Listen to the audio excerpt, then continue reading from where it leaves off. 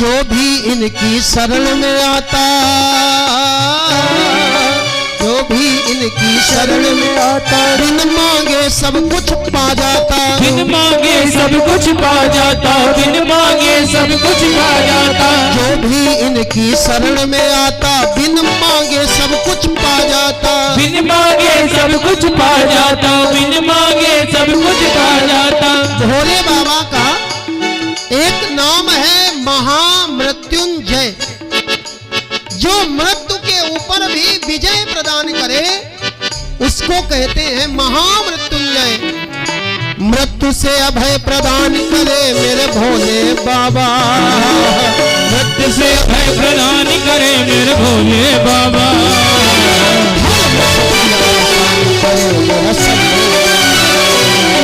हर मुश्किल आसान करे मेरे भोले बाबा, हर मुश्किल आसान करे मेरा शंभो बाबा, हर मुश्किल आसान करे मेरे भोले बाबा। दो क्षण भोले बाबा के नाम का संकीर्तन। नमः शिवाय ओम नमः शिवाय, नमः शिवाय ओम नमः शिवाय, नमः शिवाय ओम नमः शिवाय, नमः शिवाय ओम नमः शिवाय, ओम नमः शिवाय ओम नमः शिवाय, ओम नमः शिवाय ओम नमः शिवाय ओम नमः शिवाय, ओम नमः शिवाय ओम नमः शिवाय, नमः शिवाय ओम नमः शिवाय, नमः शिवाय ओम नमः शिवाय, ओम नमः शिवाय ओम नमः शिवाय, नमः शिवाय ओम नमः शिवाय, ओम नमः शिवाय ओम नमः शिवाय, नमः शिवाय ओम नमः शिवाय, ओम नमः शिवाय ओम नमः शिवाय, ओम नमः शिवाय ओम नमः शिवाय, नमः शिवाय ओम नमः शिवाय, नमः शिवाय ओम नमः शिवाय, नमः शिवाय ओम नमः शिवाय, नमः शिवाय ओम नमः शिवाय, नमः शिवाय ओम नमः शिवाय, नमः शिवाय ओम नमः शिवाय। हर मुश्किल आसान करे मेरे भोले बाबा, हर मुश्किल आसान करे मेरा भोले बाबा, हर मुश्किल आसान करे मेरा शंभू बाबा, हर मुश्किल आसान करे मेरे शंभू बाबा, हर जन का कल्याण करे मेरा भोले बाबा, जन जन का कल्याण करे मेरा भोले बाबा, जन जन का कल्याण करे मेरा भोले मेरा भोला मेरे शंभू मेरे भोले मेरे भोले कल्याण कर मेरे भोले बाबा।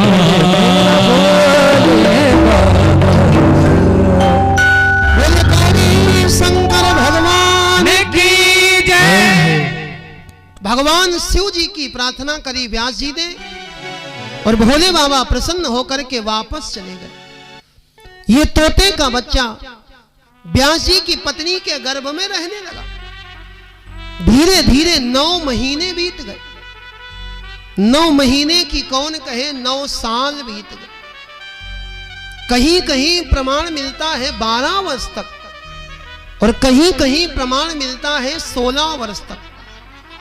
ये तोते का बच्चा व्यास जी की पत्नी के गर्भ में है, बाहर नहीं आ रहा। व्यास जी कहते बेटा बाहर आ जाओ। ये कहता है पिताजी हम बाहर नहीं आएंगे। क्यों नहीं आओगे?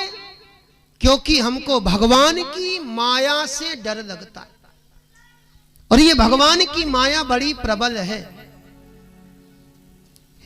तोते का बच्चा जिसने भगवान की भागवत की कथा सुनी, ये तोते का बच्चा कहता पिताजी हमको भगवान की माया से डर लगता।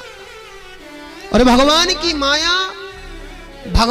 माया कब स्पर्श करती, भगवान की माया आपको कब लगती पता है? जैसे ही आपका जन्म होता है वैसे ही भगवान की माया आपको लपेट लेती। भूमि गिरत भा ढाबर पानी, आकाश से जल गिरे आप अपने हाथ में ले लेना। जल की बूंद मोती की तरह चमचम करती है, लेकिन जैसे ही वो जल की बूंद इस पृथ्वी का स्पर्श करती कीचड़ बन जाती। भूमि गिरत भा ढाबर पानी, ज्यों जीव ही माया लपटानी। और माया के बंधन में पिताजी जीव बंध जाता है, तो माया के चक्कर में ऐसा बंधता है कि फिर माधव को भूल जाता है। दो हैं, एक है माया और एक है माधव। दुनिया में जरूरत दोनों की ही है। संसार में ना बिना माया के काम चलेगा, ना बिना माधव के काम चलेगा। दुनिया में दो ही बड़े, कौन कौन? एक पैसा, एक राम। लेकिन दोनों की अपनी अपनी आवश्यकता है। दुनिया में दो ही बड़े, एक पैसा, एक राम। राम नाम से मुक्ति है और माया से सब काम। अगर माया न हो तो फिर ये व्यवस्था कैसे चलेगी? आवश्यकता दोनों की है, लेकिन हां, दोनों में सामंजस्य बना करके रखा जाए। कितनी जरूरत माया की है और कितनी माधव की है। एक होता है मुख्य विषय, एक होता है गौण विषय। हम मुख्य बनाए माधव को और गौण रखें माया को, और जीव मुख्य मानता है माया को और गौण बना देता है माधव को। ये तोते का बच्चा कहता, पिताजी बाहर तो बिल्कुल नहीं आऊंगा, गर्भ में रह के हरि गुण गाऊंगा, और मैं तो बाहर पिताजी नहीं आऊंगा। क्यों पिताजी हो मुझको बुलाते, इस माया में मुझको फंसाते, और माया से बच नहीं पाऊंगा। इस माया से बड़े बड़े महात्मा भी नहीं बच पाते। ये तो वही बचता है जिस पर भगवान की कृपा होती। व्यास जी ने भगवान की प्रार्थना करी। भगवान ने कहा, जाओ व्यास जी, हम वरदान देते हैं, आशीर्वाद देते हैं, तुम्हारे पुत्र को हमारी माया नहीं लगेगी। और जैसे ही आशीर्वाद मिला, उसी समय सुखदेव जी का जन्म हो गया। बोलिए सुखदेव महाराज की। सुखदेव जी का जन्म हुआ। जन्म लगते ही, जैसे ही गर्भ से बाहर आए, इनकी अवस्था 16 वर्ष की है। माया का स्पर्श नहीं है। जन्म लेते ही घर को छोड़ करके जंगल की ओर दौड़ पड़े। पीछे से व्यास जी कहने लगे, बेटा रुक जाओ, रुक जाओ। लेकिन व्यास जी के कहने पर भी सुखदेव भगवान नहीं रुके। सुखदेव जी दौड़ते हुए जा रहे हैं। यम प्रव्रजंत मनुपेतमपेत कृत्यम, और पीछे पीछे द्वैपायनो विरह कातर आजुहावा। विरह में आतुर होकर के व्यास जी दौड़ने लगे। रुक जाओ, रुक जाओ। लेकिन सुखदेव जी नहीं रुके। कथा आती है, सुखदेव जी जब आगे गए तो एक सरोवर में कुछ युवतियां, कुछ स्त्रियां स्नान कर रही थी। सुखदेव जी निकल गए, ये युवतियां स्नान करती रही। और इसके बाद जब पीछे से वो दाढ़ी वाले व्यास जी महाराज निकले, तो इन युवतियों ने अपने वस्त्र पहन लिए। व्यास जी ने कहा, बेटी अभी हमारा 16 साल का पुत्र यहां से निकला, उसको देख करके तुमको शर्म नहीं आई, और हमको देख करके तुमने अपने वस्त्र पहन लिए। ये स्त्रियां कहती, बाबा माफ करना, भले ही आप हमारे बाबा की उम्र के, आपकी इंद्रियां शिथिल हो गई, लेकिन स्त्री और पुरुष का भेद आप जानते हैं। और जो आपका बेटा है ना, ये स्त्री और पुरुष का भेद नहीं जानता। ये तो सर्वम खल विदम ब्रह्म सी राम में सब जग जानी। इस कारण हमें इसको देख करके लज्जा नहीं आई। व्यास जी बड़े प्रसन्न हुए। व्यास जी को लगा, अगर ये बेटा हमको मिल जाए तो हम इसको अपनी भागवत की कथा याद करा दें। लेकिन सुखदेव जी जंगल में जाकर के भगवान की साधना करने लगे। व्यास जी ने भागवत के 2 श्लोक अपने शिष्यों को याद करा दिए और व्यास जी कहते हैं जंगल में जाना, जाकर के इन श्लोकों का गायन करना। एक दिन व्यास जी के शिष्य उसी जंगल में पहुंचे जिस जंगल में समाधि लगा करके सुखदेव भगवान ब्रह्म का ध्यान कर रहे थे। सुखदेव जी आंख बंद करके ब्रह्म का ध्यान कर रहे थे और इन शिष्यों ने भगवान के स्वरूप का वर्णन किया। भागवत के 10वें स्कंद में वेणु गीत के अंतर्गत जो श्लोक आया, इसी श्लोक को जब व्यास जी के शिष्यों ने गाया तो सुखदेव जी की समाधि टूट गई। श्लोक कौन सा है? वरहा पीड़म नटवर वपु कर्णयो कर्णिकार। ये शिष्य कहते हैं वो कन्हैया जिसने अपने सर पर मोर के पंख का मुकुट लगा रखा। नटवर वपु, भगवान का नाम है नटवर। भगवान नटवर लाल है, नटवर लाल। नटवर किसको कहते हैं? नटवर में 2 शब्द जुड़े हैं, नट और वर। ये जो नट होता है ना, जो नाटक में नौटंकी में काम करता, ये भी बहुत श्रृंगार करता। और दूसरा होता है वर, वर माने दूल्हा, जो कभी ब्यूटी पार्लर नहीं जाता, शादी वाले दिन वो भी चला जाता। दोनों बहुत श्रृंगार करते, नट भी बहुत श्रृंगार करता और वर भी बहुत श्रृंगार करता। लेकिन इन दोनों का जितना श्रृंगार है उससे करोड़ गुना ज्यादा श्रृंगार हमारे नटवर लाल का, प्रभु कन्हैया का है। नटवर वपु, नटों में भी जो श्रेष्ठ है, वरों में भी जो श्रेष्ठ है। भगवान ने अपने कानों में कनेर के फूल लगा रखे। कर्णयो कर्णिकारम विभ्रद वासा कनक कपिसम बैजयंतीम चमाला। भगवान के गले में बैजंती की माला पड़ी हुई है। ओठों पर रख करके भगवान बांसुरी बजा रहे हैं। चारों ओर से गोप ग्वाल गैया बछड़ा घेर करके भगवान की बांसुरी को सुन रहे हैं। जिस समय भगवान के स्वरूप का वर्णन सुना, सुखदेव जी को लगा कि ऐसी साधना बेकार है कि हम आंख बंद करके ध्यान करें। इससे तो बढ़िया है हम चल करके कन्हैया जी की ही पूजा करें। सुखदेव जी ब्रह्म को छोड़ करके भगवान कन्हैया के ध्यान में डूब गए। कोई बड़ी बात नहीं है। क्यों? क्योंकि जैसा गुरु होता है वैसा ही चेला होता है। देवी भागवत के अनुसार सुखदेव जी के जो गुरु है ना, सुखदेव जी ज्ञान लेने के लिए जनक जी महाराज के पास गए थे। और जनक जी महाराज भी ब्रह्म ज्ञानी है। लेकिन जिस समय जनक जी के जनकपुर में मेरे प्रभु राम और लक्ष्मण विश्वामित्र जी के साथ पहुंचे, जनक जी ने पहली बार राम जी को देखा। जनक जी का हृदय बोल पड़ा, इन्हीं विलोकत अति अनुरागा बरबस ब्रह्म सुख ही मन त्यागा। इनको देख करके लगता है कि हम ब्रह्म सुख का, ब्रह्म के ध्यान का त्याग कर दे। और आज सुखदेव जी को भी लगा ये भगवान कितने सुंदर हैं, ऐसे भगवान का दर्शन करना चाहिए, पूजन करना चाहिए। सुखदेव जी समाधि को त्याग करके खड़े हुए। थोड़ी दूर चले, फिर याद आया भगवान तो बहुत बढ़िया, लेकिन हमारे मतलब के नहीं। अरे हम जंगल में रहने वाले, लंगोटी लगाने वाले, कंदमूल फल खाने वाले, और कन्हैया के लिए तो माखन मिश्री लानी पड़ेगी। कन्हैया के लिए तो 56 भोग कहां से लाएंगे? सुखदेव जी को लगा भगवान बहुत अच्छे, लेकिन हमारे मतलब के नहीं। और फिर आंख बंद करके समाधि में बैठे। व्यास जी के शिष्यों ने दूसरा श्लोक गाया।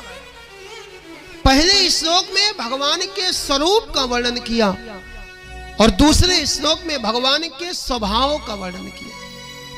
व्यास जी के शिष्य इस श्लोक के पूर्व में सबसे पहले बोलते हैं, अहो आश्चर्य।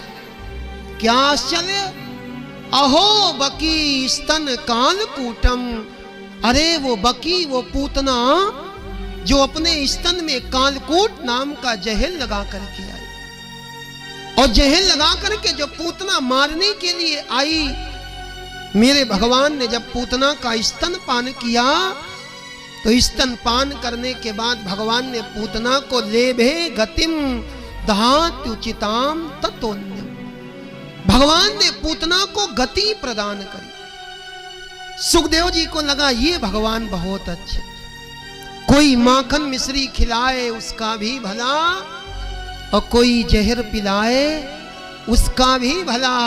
सुखदेव जी ने आकर के प्रणाम किया, भैया तुमने अभी जिन भगवान के बारे में बताया, हमें इनके बारे में और जानना है। ये शिष्य बोले, इससे ज्यादा तो हमारे गुरुजी जानते। हमारे पास तो शोरूम है केवल 2 श्लोक, और इसका जो गोदाम है ना वो 18,000 श्लोक, वो हमारे गुरुजी के पास है। कौन है गुरु? ये शिष्य बोले, व्यास जी महाराज। सुखदेव जी ने सुना तो बड़े प्रसन्न हुए, तुम्हारे गुरु होंगे, लेकिन हमारे तो पिता है ना, और पिता की संपत्ति पर बेटे का अधिकार होता है, इसके लिए किसी से पूछने की जरूरत नहीं। लेकिन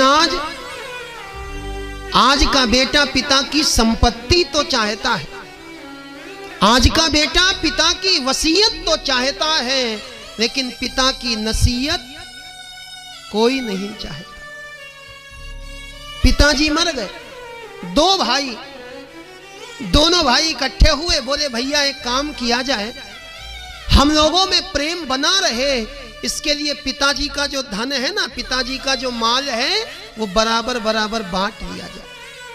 माल बांटने वाला बेटा नहीं होता, बेटा तो वो होता है जो माल के साथ साथ माला भी बांटे। भैया पिताजी 11 माला जब करते थे, एक काम करो 5 माला तुम कर लिया करो, और 6 माला का ध्यान हम कर लेंगे। सुखदेव जी महाराज आज आ गए हैं अपने पिता व्यास जी के पास।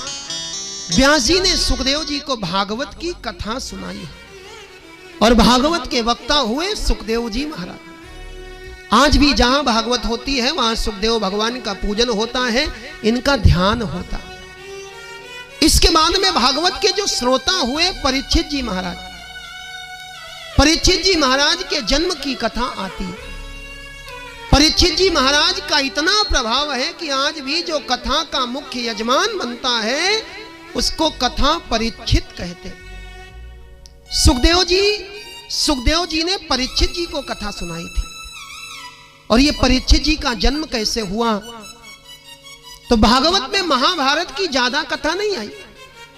महाभारत के युद्ध में अनेक वीर योद्धा वीर गति को प्राप्त हो चुके थे।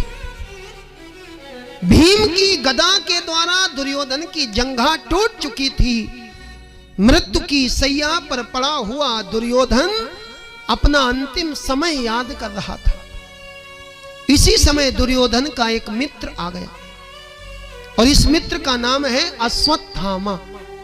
ये गुरु द्रोणाचार्य का पुत्र है। ये दुर्योधन को अपना मित्र मानता था। और मित्र कौन? मित्र वही जो विपत्ति बटावे। मित्र वही होता है जो आपत्ति विपत्ति में आपके साथ खड़ा रहता है। मेरे भाई, सुख में लोग आकर के आपको घेर लेना तो कोई बड़ी बात नहीं। सुख में तो वो भी आ जाते हैं जिनसे हम बहुत परेशान रहते, लेकिन मेरे भाई मित्र वही है जो विपत्ति में काम आए। आज अश्वत्थामा को लगा चल करके अपने मित्र दुर्योधन की कुछ सहायता कर दे। अश्वत्थामा आया है दुर्योधन के पास। दुर्योधन से पूछने लगा, भैया एक बात बताओ, हम क्या करें जिससे तुमको प्रसन्नता मिले? अगर कोई धर्मात्मा व्यक्ति होता तो वो कहता, भैया हम मरने वाले हैं, एक काम करो हमारे मुख में गंगा का जल डाल दो। कोई धर्मात्मा व्यक्ति होता तो कहता, हम मरने वाले हैं, हमारे कान में गीता का पाठ सुना दो। कोई धर्मात्मा व्यक्ति होता तो कहता, भैया हम मरने वाले हैं, हमारे हाथ से कुछ दान पुण्य करवा दो। लेकिन यह अश्वत्थामा पापी है, पापी। और पापी आदमी का स्वभाव जल्दी बदलता नहीं। मेरे भाई, प्रभाव थोड़े दिन रहता है और स्वभाव जीवन भर रहता है। याद रखना, प्रभाव तो कम भी हो जाता है, लेकिन जो आपका स्वभाव होता है ना, ये जीवन भर आपके साथ रहता है। और जब आप मरते हो तब ही आपका स्वभाव छूटता है। ये दुर्योधन मृत्यु की सैया पर पड़ा। अश्वत्थामा ने कहा क्या करें? ये कहता जाओ 5 पांडवों का सर काट करके ले आओ। अश्वत्थामा सामने तो कुछ नहीं बोला, पीछे आकर के विचार करने लगा। तुम 100 भाई कौरव, और जो काम तुम 100 भाई मिलकर के नहीं कर पाए, तुम कहते हो हम जाएं और 5 पांडवों का सर काटना है। कोई बात नहीं, बहुत से काम ऐसे होते जो हम दिन के उजाले में नहीं कर पाते, फिर वही काम हम रात के अंधेरे में निपटा लिया करते। अश्वत्थामा ने सोचा दिन के उजाले में पांडवों को नहीं मार पाएंगे, रात में जाएंगे और सोते हुए 5 पांडवों का सर काट करके ले आएंगे। आज रात्रि हुई है। अश्वत्थामा चुपके चुपके दबे पांव द्रौपदी के शिविर में पहुंचा, जहां 5 पांडव सोते थे। लेकिन जिसको भगवान बचाना चाहे उसको कोई मार नहीं सकता। आज 5 पांडवों को कन्हैया जी अपने साथ ले गए और द्रौपदी के बगल में द्रौपदी के 5 पुत्र सो गए। अश्वत्थामा ने सोते हुए पांडव पुत्रों को पांडव समझा, सर काट लिया, लेकर के गया है और दुर्योधन को दिखाने लगा। दुर्योधन ने देखा, दुर्योधन ने कहा अश्वत्थामा, तुमने पांडवों को नहीं पांडव पुत्रों को मारा, तुमने तो हमारे वंश का ही नाश कर दिया। अश्वत्थामा को डांट करके फटकार करके वहां से भगा दिया।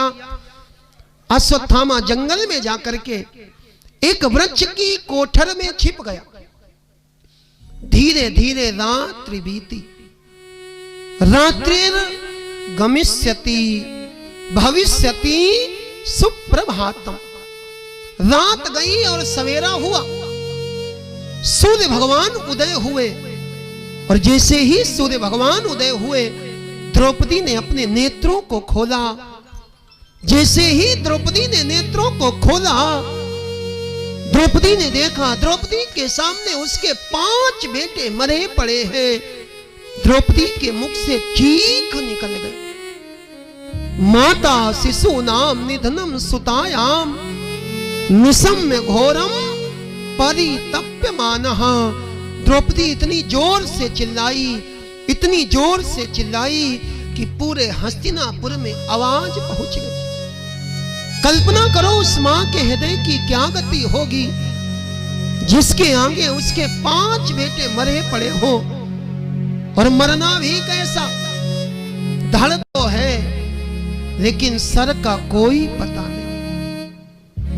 रोती हुई द्रौपदी, 5 पांडव आ गए। अर्जुन ने देखा, देवी शांत हो जाओ, मैं गांडीवधारी अर्जुन आज तुम्हारे सामने प्रतिज्ञा करता हूं, मैं जाऊंगा, जाकर के तुम्हारे पुत्रों के हत्यारे को लेकर के आऊंगा, नहीं तो लौट करके तुमको अपना मुंह नहीं दिखाऊंगा। भगवान कन्हैया ने रथ संभाला, अर्जुन बैठ गए और भगवान रथ को लेकर के उसी जंगल में चले गए। उसी जंगल में जहां ये अश्वत्थामा छिपा हुआ है। अश्वत्थामा को लगा आते जाते लगता है किसी ने हमको देख लिया और ये अर्जुन हमको मारने आए, इसके पहले हम स्वयं अर्जुन के ऊपर बाण चलाएं। अश्वत्थामा ने बाण चला दिया। अश्वत्थामा ने बाण चलाया, अर्जुन की तरफ बाण आया। अर्जुन ने कहा गुरुजी क्या करें, कन्हैया जी क्या करें। कन्हैया बोले अर्जुन सठे साठ्यम समाचरेत। जो जैसा हो, जो जिस भाषा में समझे उसको उसी भाषा में उत्तर देना चाहिए। हमारे यहां सूत्र पढ़ाया जाता अहिंसा परमो धर्म, लेकिन ये सूत्र महाभारत का है और हमको आधा बताया जाता। अहिंसा परमो धर्म, हमको अहिंसावादी होना चाहिए, लेकिन अगर अपने धर्म की बात आ जाए तो सूत्र कहता है धर्म हिंसा तथैव चा। अगर धर्म की रक्षा के लिए हिंसा भी करनी पड़े तो वो हिंसा अहिंसा से कई गुना ज्यादा श्रेष्ठ है।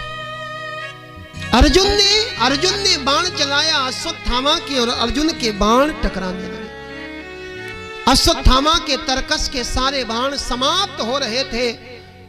अश्वत्थामा ने ब्रह्मास्त्र निकाल करके चला दिया। अर्जुन ने भी ब्रह्मास्त्र के उत्तर में ब्रह्मास्त्र चलाया। दोनों ब्रह्मास्त्र आकाश में टकराने लगे, बिजलियां चमकने लगी, बादल गरजने लगे। ऐसा लगता है आज महाप्रलय हो जाएगी। अर्जुन ने दोनों ब्रह्मास्त्रों को शांत किया। ये जो अश्वत्थामा है ये द्रोणाचार्य का पुत्र है, और जो अर्जुन है अर्जुन द्रोणाचार्य का शिष्य है। देखो, जो शिष्य को मिलता है ना, जरूरी नहीं कि वो पुत्र को भी मिल जाए।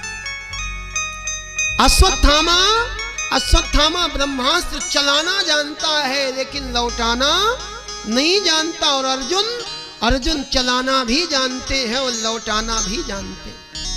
अर्जुन ने दोनों ब्रह्मास्त्रों को शांत किया।